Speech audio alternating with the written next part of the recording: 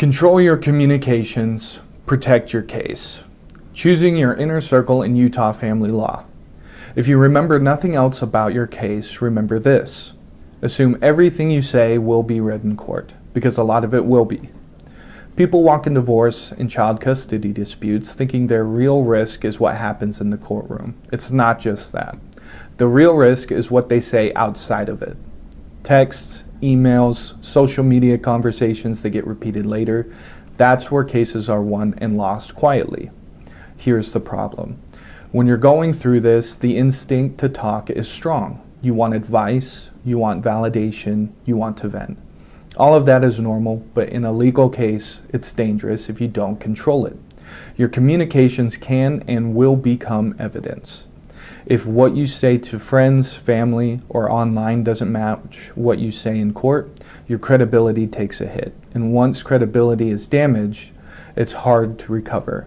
So you need a disciplined inner circle. Your attorney is at the center of that circle. That's where you speak freely, completely, and honestly.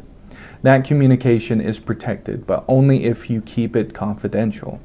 Forward it, share it, or loop in third parties, and you may lose that protection. A therapist can also be part of that circle, but again, only if you treat that relationship as confidential and don't waive the privilege. Everyone else, limited access. That doesn't mean isolation, it means boundaries. You can talk about how you're doing, you should not talk about strategy, allegations, settlement positions, or anything you wouldn't want quoted later. Social media is the most common mistake. People post thinking it's harmless or private. It isn't. Opposing counsel will look, and if it reflects poor judgment, hostility, or impulsiveness, it will be used. The same goes for communication with the other party. Keep it brief, neutral, focused on logistics. If it wouldn't read well in front of a judge, don't send it. And most importantly, leave your children out of the case.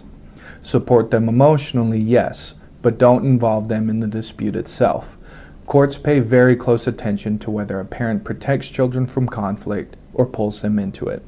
This all comes down to one idea: control. Courts notice restraint. They notice discipline. They notice when someone is thinking instead of reacting. And in a child custody dispute, that can matter more than almost anything else. So choose your inner circle carefully, because what feels like a private conversation today can become tomorrow's evidence. And once it's out there, you don't get to take it back.